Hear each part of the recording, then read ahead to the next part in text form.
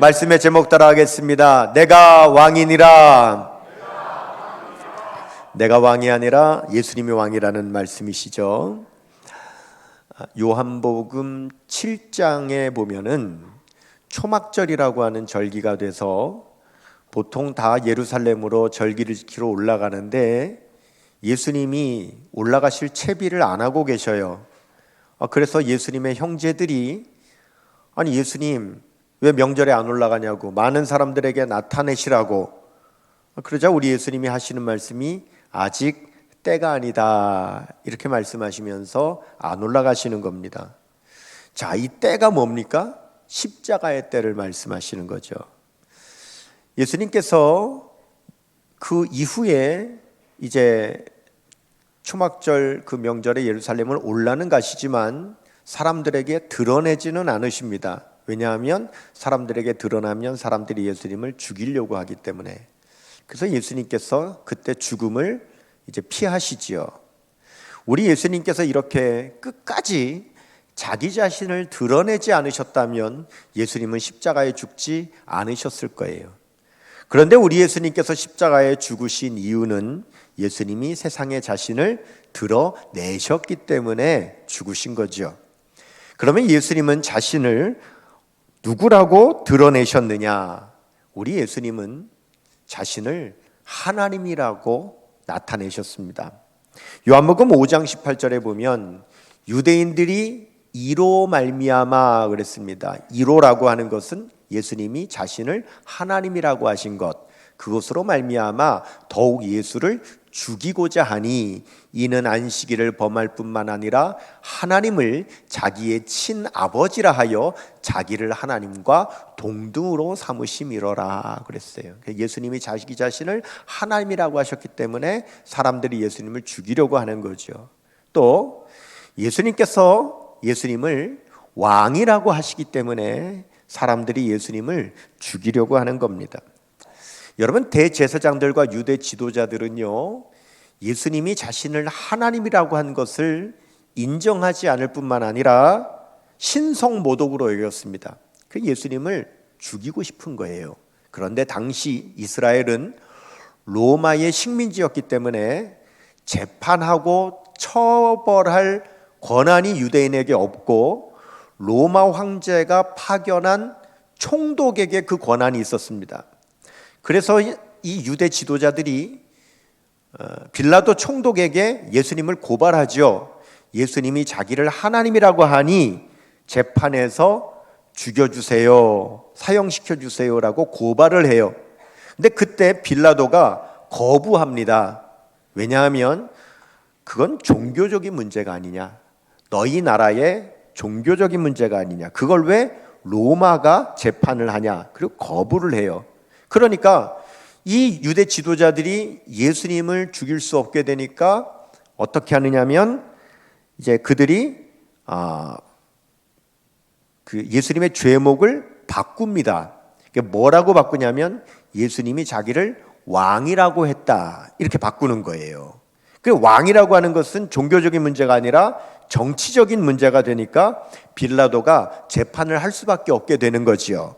그래서 결국은 이 빌라도가 예수님을 재판하기를 거부했다가 다시 재판을 이제 오늘 본문에 하게 되는 거죠. 자, 여러분, 요한복음 18장 33절입니다. 그 다음 구절로 넘어갈게요. 이거 보시면 이에 그랬습니다. 이게 뭡니까? 원래는 종교적인 문제였는데 정치적인 문제로 바꾸니까 이에 빌라도가 다시 관정에 들어가 예수를 불러 이르되 내가 유대인의 왕이냐 이렇게 신문을 하는 거예요. 자, 그러자 예수님께서 대답은 안 하시고 빌라도에게 되물으시는데 34절 보시면 예수께서 대답하시되 이는이 뭡니까?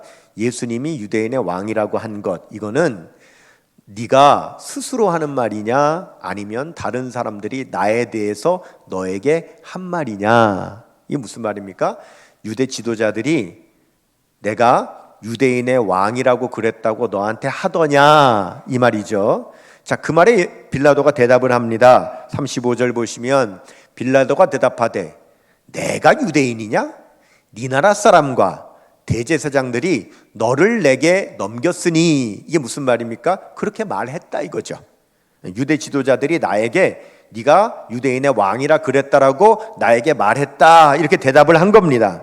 자, 그런데 여기서 우리가 한 가지 성경을 좀 복기해 볼 필요가 있어요. 여러분, 예수님께서 그동안 내가 유대인의 왕이다, 내가 이스라엘의 왕이라고 스스로 말씀하신 적이 있으셨던가요? 없습니다. 유대인의 왕이라고 말씀하신 적이 없으세요.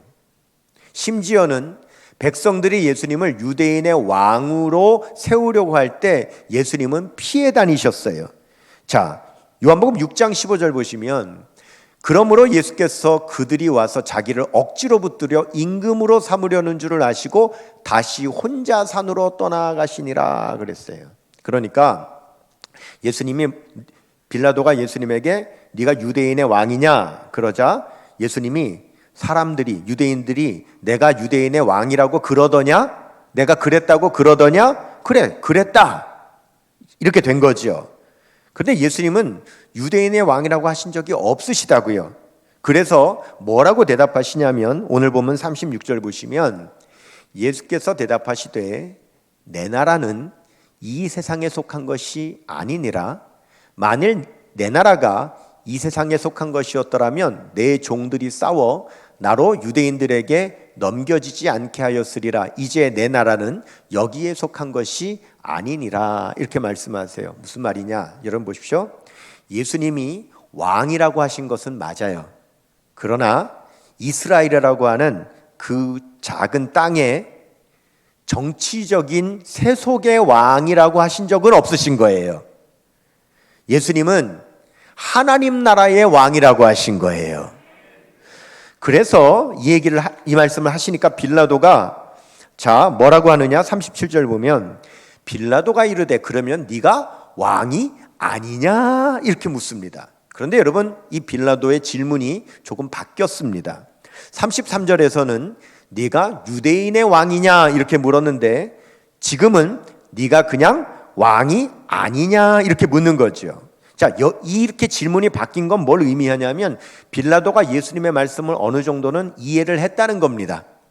사람들은, 유대인들은 빌라도에게 고발할 때 예수가 유대인의 왕이라고 했다라고 고발을 했지만, 예수님의 말씀을 듣고 보니 나는 하나님 나라의 왕이지 세속 정치 권력을 갖는 이스라엘 땅의 왕이라고 한 적이 없다라고 한 거를 이해한 거예요.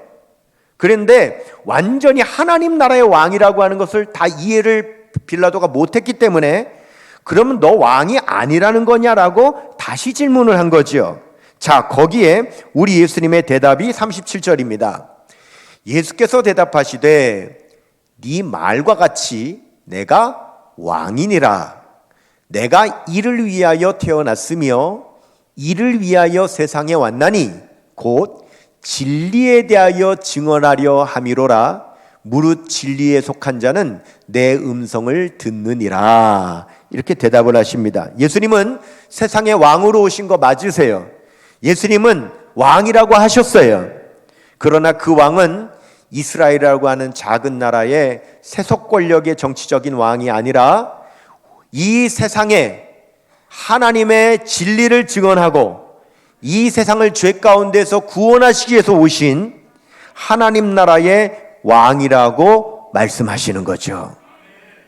예수님은 나는 세상의 왕과 다르다고 말씀하셨기 때문에 우리는 오늘 세상의 왕과 예수님을 좀 비교해 볼 필요가 있는데, 본래 이 세상에 왕의 제도가 있었던 이유는 뭐냐면 크게 세 가지입니다. 첫 번째는 왕은 법을 집행하여 국가의 질서를 유지하기 위해서 왕이 있는 것이고, 국가와 국민을 하나로 묶는 통합의 상징으로서의 역할을 해야 되기 때문에 왕이 있는 것이고, 내부 갈등을 조정하고 외부로는 국가의 정체성을 대표하기 위해서 왕이 있는 겁니다. 그렇게 해서 생겨난 제도가 역사 가운데 왕정 제도였습니다. 그런데 문제가 있습니다. 그 왕이 누구냐? 인간이라는 거예요. 그런데 한 인간에게 절대 권력이 주어지는 순간 반드시 그 인간은 절대 부패하게 되어 있습니다. 그게 인간입니다. 특별히 왕정제도는 왕은 혈통으로 계승되게 되고 한 번 왕이 되면 종신 동안 왕권을 유지하기 때문에 왕정제도가 유지됐던 수많은 역사 속에서 왕권 때문에 얼마나 많은 백성들이 고통을 당했는지 몰라요. 그렇기 때문에 날이 갈수록 이 왕정제도는 민주주의가 생겨나면서 부딪히게 되는 겁니다. 그러다가 결국은 시민혁명들이 일어나면서 왕정제도를 무너뜨리고 지금 이 시대에는 거의 왕정제도가 사라진 거예요. 왜 여러분 이 시대에는 다 옛날에는 다 왕들이 다스리는 왕정제도의 세상이었는데 지금은 이 세상에 거의 왕들이 다 없느냐? 그 이유는 한 개인에게 왕권을 주었더니 부패해서 백성들을 고통스럽게 만들기 때문에 그 왕정제도가 사라진 거죠. 그래서 지금은 왕은 세습이 되는 것이 아니라 지금은 대통령을 백성들이 뽑습니다. 뽑고 그 권력도 한꺼번에 주지 않고 3권을 나눠서 권력을 나눠 갖게 하고 그리고는 대통령의 임기를 제한해서 몇 년 하면 끝나도록 만들었습니다. 그러니까 예전의 왕정제도에 비하면 지금은 너무너무 그 대통령의 권력이 축소된 거예요. 그런데 그 축소된 권력을 가지고 있는 이 세상에서도 그 권력 가지고도 얼마나 부패하는지 대통령이 돼가지고도 그 권력 때문에 너무너무 많은 백성들이 고통을 당하는 일들이 지금도 비일비재하다는 거죠.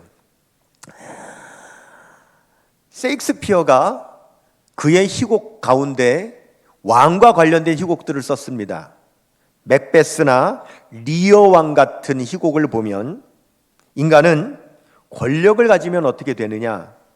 그 권력으로 백성을 잘 다스리는 데 쓰는 것이 아니라 자기 안에 있는 욕망을 주체하지 못해서 자기가 권력을 갖게 되면 그 권력으로 자기의 욕망을 채우느라고 결국은 자기 자신도 제대로 다스리지 못하고 국가도 제대로 다스리지 못함으로 인해서 결국은 그 왕들은 비극으로 인생을 마치게 된다라고 하는 왕권의 딜레마에 대해서 이야기하는 것이 바로 셰익스피어의 희곡들인 겁니다.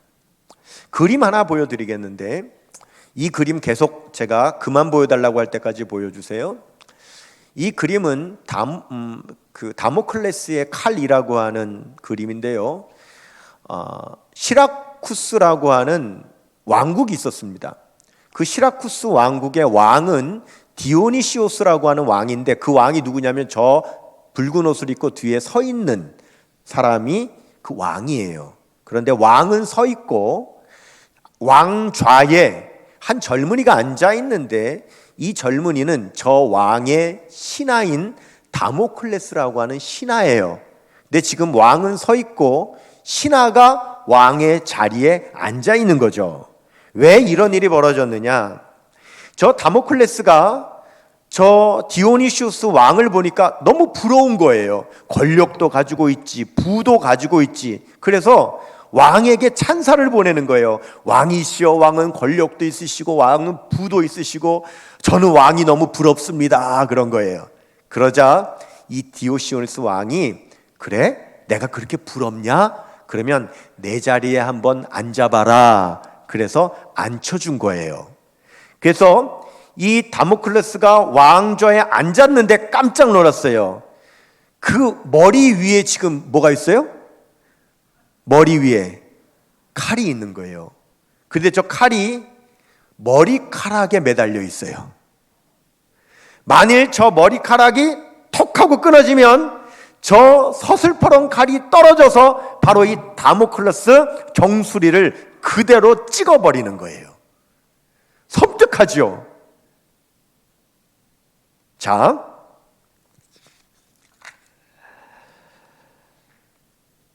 언제 머리 위로 떨어질지 모르는 서슬퍼런 칼날이 위에 있는 그 아래 자리가 왕의 자리라는 거예요.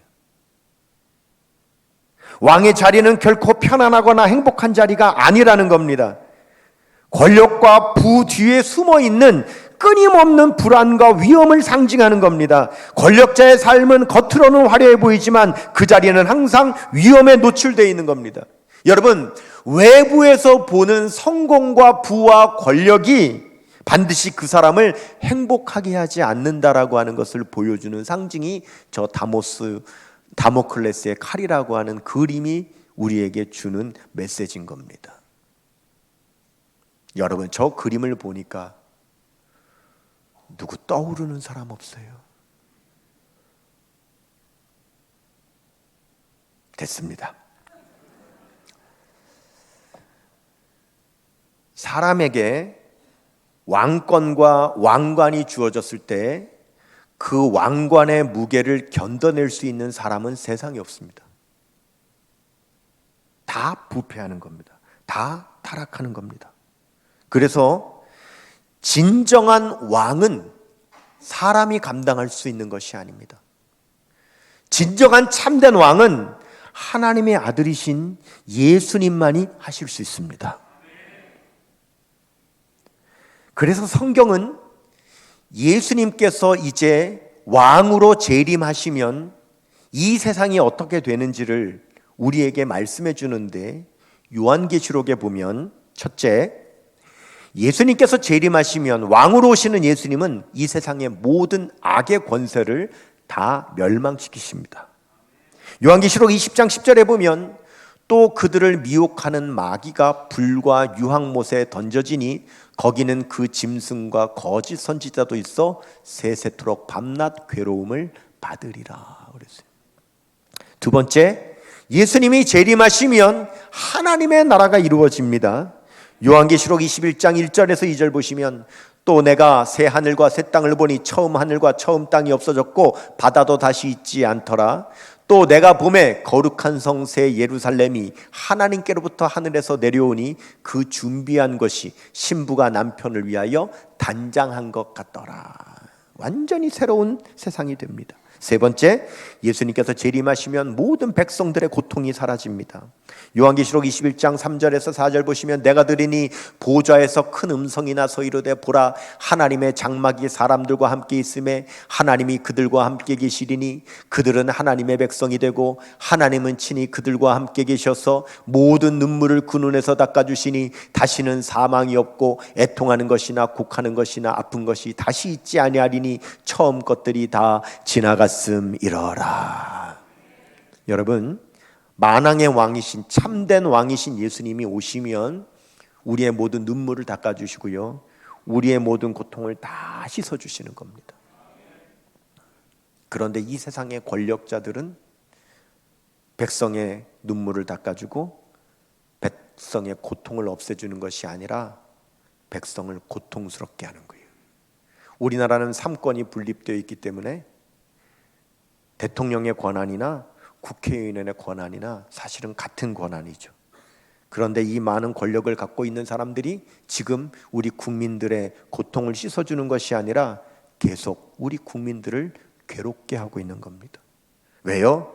인간은 참된 왕이 될 수 없습니다. 인간은 그들에게 권력이 주어졌을 때 그 권력을 백성의 눈물을 닦아주고 백성의 고통을 씻어주는데 사용할 수 있는 그만한 능력이 사람에게는 없기 때문입니다. 참된 왕은 예수 그리스도이십니다. 예수님께서 내가 왕이라고 하신 그 말씀은 진리입니다. 예수님만이 진정한 참된 왕이 되시는 거죠. 그래서 예수님 재림하시면 네 번째로 우리는 영생복락을 누리는 겁니다. 요한계시록 22장 5절에 다시 밤이 없겠고 등불과 햇빛이 쓸데없으니 이는 주 하나님이 그들에게 비치심이라 그들이 세세토록 왕노릇 하리로다 라고 말씀하십니다. 그래서 여러분, 저와 여러분, 우리는요 세상의 왕을 소망하지 않습니다. 우리는 세상의 왕을 기대하지 않습니다. 우리는 만왕의 왕이신 예수님께서 오시기를 소망하는 겁니다. 예수님께서 오셔서 이 세상을 다스리시기를 우리는 기대하는 거죠. 세상 사람들은 몰라도 저와 여러분만큼은 예수님이 진정한 왕이시라는 사실을 믿으신다면, 믿으십니까? 그렇다면 여러분들은 우리 예수님의 백성입니다. 여러분이 정말 그 사실을 인정하신다면 왕이신 예수님은 지금 성령으로 우리 안에 계세요. 그러므로 우리는 우리 안에 계시는 왕이신 예수님께 우리의 삶을 드려야 되는 겁니다. 여러분이 정말 예수님을 왕으로 믿고 따르는 예수님의 백성이라면 우리는 세 가지의 삶을 예수님께 드려야 됩니다. 첫째, 예수님께 우선권을 드리는 삶을 살아야 합니다. 내 삶을 다스릴 권한이 나에게 있는 것이 아니라 내 삶을 다스릴 수 있는 권세가 예수님에게 있기 때문에 내 뜻대로 내 삶을 사는 것이 아니라 예수님의 뜻대로 내 삶을 살아야 돼요. 그래서 우리는 어떤 일을 만날 때마다 우리 주님의 뜻을 구해야 됩니다. 이 일에 주님의 뜻이 무엇입니까? 그래서 기도하면 예수님이 말씀하셨습니다. 내가 보혜사 성령을 보내줄 텐데 그 보혜사 성령이 내가 너희에게 말한 모든 것을 생각나게 하시리라. 이게 무슨 뜻입니까? 성령께서 내 안에 계시기 때문에 우리가 기도하면 내가 무슨 결정을 할 때 우리 주님의 말씀이 생각나는 거예요. 그래서 주님의 뜻을 깨닫게 되고 그 뜻을 행할 수 있게 해달라고 우리가 주님께 기도해야 되는 겁니다. 그래서 여러분들께 권면합니다. 올해는 더 많이 기도합시다. 기도의 시간을 더 늘리시고 기도의 자리를 더 늘리세요. 저는 농촌에서 10년을 목회를 하면서 10년 동안 봐온 것이 있는데요. 농부들은 너무 잘 아세요. 무슨 말이냐? 내가 이제 봄에 나가서 씨를 뿌려야 되는 그 밭, 내가 이제 나가야 되는 씨를 가지고 나가야 되는 일하러 가야 되는 그 밭이 이미 비가 내려져 있고 거름이 뿌려져 있으면 내가 나가서 씨를 뿌리면 농사가 잘 된다는 걸 압니다. 그런데 내가 나갈 밭에 비도 오지 않았고 거름도 뿌려지지 않은 밭이라면 그 밭에 나가서 씨를 뿌리면 농사가 잘 안 된다는 걸 알고 있습니다. 그렇다면 저와 여러분도 우리가 행해야 될 어떤 일이 미리 기도가 되어진 일이라면 우리는 그 일을 하러 나갈 때 그 일이 잘 될 겁니다. 그러나 내가 어떤 일을 하러 나갈 때 그 일이 기도가 되어지지 않은 일이라면 우리는 거기서 좋은 열매를 거둘 수 없습니다. 농부는 정확하게 아는데 우리는 왜 모릅니까? 우리도 아는 겁니다. 우리도 분명한 겁니다. 여러분이 행하는 일이 미리 그 일이 기도가 되어진 일이면 잘 됩니다. 우리 주님께서 비를 내려주셨고 거름을 이미 내려주신 땅이기 때문에 내가 하는 그 일은 잘 될 수밖에 없습니다. 그렇기 때문에 우리는 무슨 일을 하든지 간에 내가 해야 될 그 일 앞서서 그 일이 기도가 되어진 일이 되므로 실제로 그 일을 하게 될 때는 그 일이 잘 되는 일이 돼야 될 줄로 믿습니다. 저는 목사로서 제가 하는 많은 일이 있는데 그 가운데서도 가장 중요한 가장 우선순위가 되는 일이라고 한다면 바로 지금 이 시간 이 자리에서 예배를 인도하고 말씀을 전하는 것이 제가 하는 많은 일 가운데서도 가장 중요한 일임은 분명합니다. 그렇다면 제가 이 시간에 이 강단에 올라오기 전에 이 자리는 이 사역은 미리 기도가 되어 있는 자리일까요? 기도가 안 되어 있는데 올라온 자리일까요? 어떻게 하세요, 여러분이요? 여러분이 어떻게 하시죠? 기도를 하신 분은 압니다. 이 강단을 위해서 기도를 하신 분들은 압니다. 내가 올라오지 않았어도 이 강단의 이 자리는 이미 기도가 되어진 자리라는 것을 아시는 겁니다. 여러분들도 여러분들이 무슨 일을 해야 될지 대부분은 미리 압니다. 그 일을 기도하십시오. 미리 기도하십시오. 몰라도 기도하십시오. 기도가 되어진 일을 하심으로 올해 여러분이 하는 모든 일들이 잘 되시기를 바랍니다. 기도의 시간을 늘리십시오. 새벽, 수요, 금요 기도하는 자리에 나오면 기도를 할 수밖에 없습니다. 두 번째, 예수님의 말씀을 진리의 기준으로 삼는 삶을 살아야 합니다. 왜요? 만왕의 왕이 이 세상에 오신 이유를 뭐라고 하셨습니까? 진리를 증언하기 위해서 오셨다고 하셨기 때문에 우리의 눈과 귀가 진리 되신 하나님의 말씀에 항상 더 가까이 있어야 합니다. 우리 교회 달력을 다 받으셨을 텐데 못 받으신 분은 남았으니까 예배 마치고 가져가십시오. 혹시 남았으니까 주고 싶은 분 있으면 가져가서 주셔도 됩니다. 이제부터 달력은 시간이 지나면 지날수록 가치가 떨어집니다. 연초에 아직까지는 가치가 많이 살아있을 때 여러분들이 달력을 나눠주시면 가져가시면 됩니다. 필요한 만큼만 가져가십시오. 그런데 우리 교회 달력에는 매 날짜 밑에 그날 읽어야 될 성경 읽기 표가 붙어 있습니다. 그날에 해당되는 그 성경만 읽어도 여러분이 1년에 성경을 일독하실 수 있기 때문에 올해는 더 하나님의 말씀을 가까이 하는 그런 한 해가 되시기를 축원합니다. 세 번째, 예수님의 백성다운 삶을 살아야 합니다. 말은 하나님의 백성, 예수님의 백성이라고 하지만 세속의 사람들과 전혀 구별되지 않는다면 그것은 하나님의 백성다운 삶을 사는 것이 아닐 것입니다. 올해 우리 교회 표어는 가치 있는 교회, 가치 있는 교회죠. 하나님과 더 같이 있고 교회와 더 같이 있고 이웃과 더 같이 있으며 하나님께는 영광이 되고 성도 간에는 사랑이 넘치고 이웃에게는 칭송받는 교회가 되는 것, 그것이 우리 교회의 가치입니다. 그런데 이번에 참 연말에 너무 안타깝게도 무안공항에서 여객기 참사가 나므로 많은 생명이 희생됐습니다. 여러분들도 너무너무 안타까우시겠지만 저도 생각하면 생각할수록 너무 속상한 것이 대부분 연말에 즐겁게 여행을 다녀오신 분들이시고 그분들이 이제는 다 왔다고, 공항에 내리면 이제는 집에 간다고 하는 그 마지막 순간에 희생이 되셨기 때문에 너무너무 생각할수록 속이 상해요. 그 가족들은 또 어떻겠습니까? 그래서 밖에 현수막을 내걸었습니다. 무안공항 여객기 참사로 희생되신 분들을 애도하며 유가족분들을 위해서 우리가 기도합니다 라고 하는 현수막 하나 내걸었습니다. 그게 뭐라고? 사실 그분들을 위해서 한 것은 현수막 하나 내걸고 기도하겠다고 한 것뿐입니다. 그런데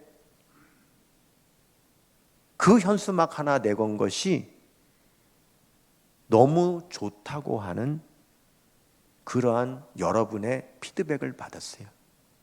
잘했다는 거예요. 그걸 보는데 위로가 된다는 거예요. 근데 그것으로 제가 기쁜 것이 아니라 부끄러워졌어요. 다른 건 할 것이 없고 현수막 하나 내건 것뿐인데 그것만 가지고도 교회가 잘했다고 한다면 그동안 뭘 한 것일까?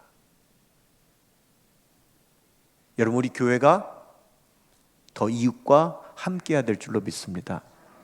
이웃의 아픔이 있다면 그들을 위해서 기도하겠다고, 그리고 그들을 찾아가 위로하는. 그래서 이제 점점 악해지는 세상 가운데 창조의 질서를 파괴하는 세속주의에 우리는 더 방파제가 되어야 할 뿐만 아니라 동시에 세상의 아픔을 위로하고 소외된 이들을 더욱더 섬기는 하나님의 백성다운 구별된 삶을 우리는 더욱더 살아가야 될 줄로 믿습니다. 예수님은 곧 다시 오실 거예요. 이 우주의 왕권을 가지시고 오실 겁니다. 그때 우리는 그 예수님을 맞이할 수 있는 하나님의 백성다운 삶으로 만왕의 왕이신 예수님을 소망하면서 우리 성령님과 동행하며 올 한 해도 살아가는 저와 여러분 되시기를 주님의 이름으로 축원합니다.